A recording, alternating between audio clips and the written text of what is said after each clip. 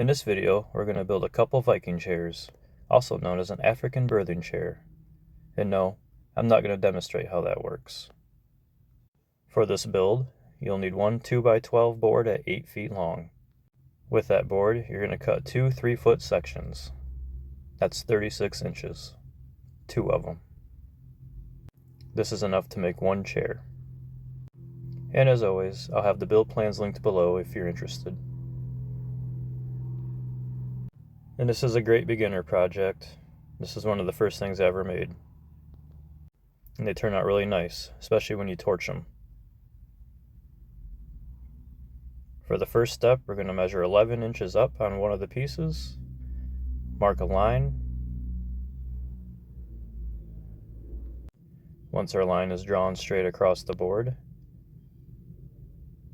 we're going to measure 2 inches in from each side.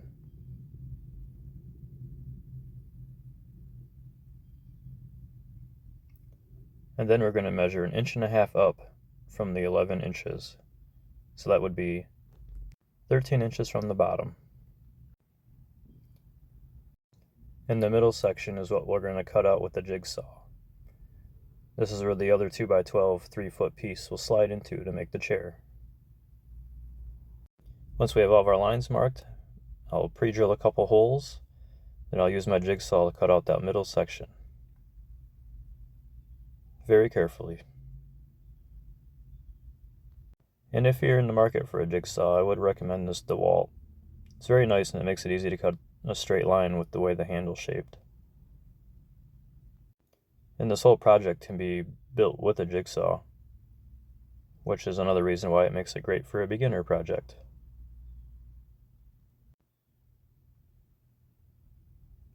Punch that piece out and then I just trim up the edges to make it nice and straight, nice and rectangle. And for the top of the chair, I'm just measuring over 1 inch from the side and 1 inch down and connecting the lines with the straight edge. Then I'm just going to trim off those corners with my jigsaw. You can go crazy here and design the top however you want. I've taken bigger amounts of wood off and I've made them in the shape of a crown, and you can do what you want here. For the seat, we're going to measure down 25 inches and draw a line across the board.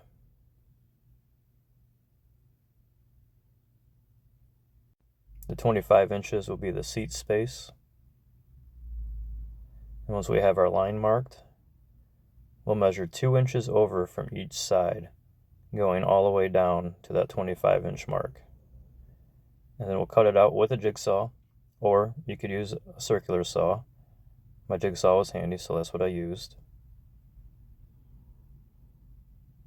So we're just cutting off 2 inches from each side all the way to that 25-inch mark. That way it'll fit in the slot that we already cut in the other piece.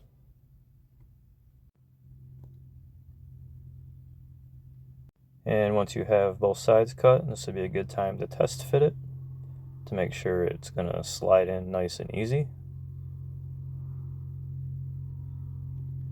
You can see Milo here trying to help. He's saying, "There's Dad, building stuff again." But all he ever wants is just a little love, all the time. Gotta love Huskies. So once I'm sure both pieces fit in, I'll sit on it, make sure everything's nice and level. And then this is when I come back with my propane torch and just char it.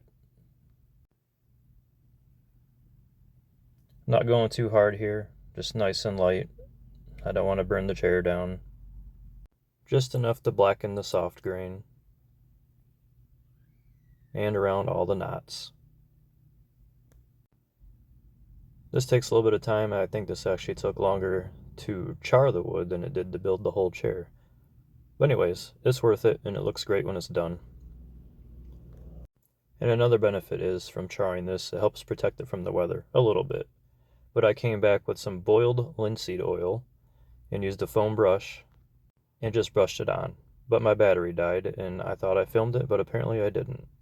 So this is what we have with the boiled linseed oil. It brings out that nice yellow contrast with the dark lines.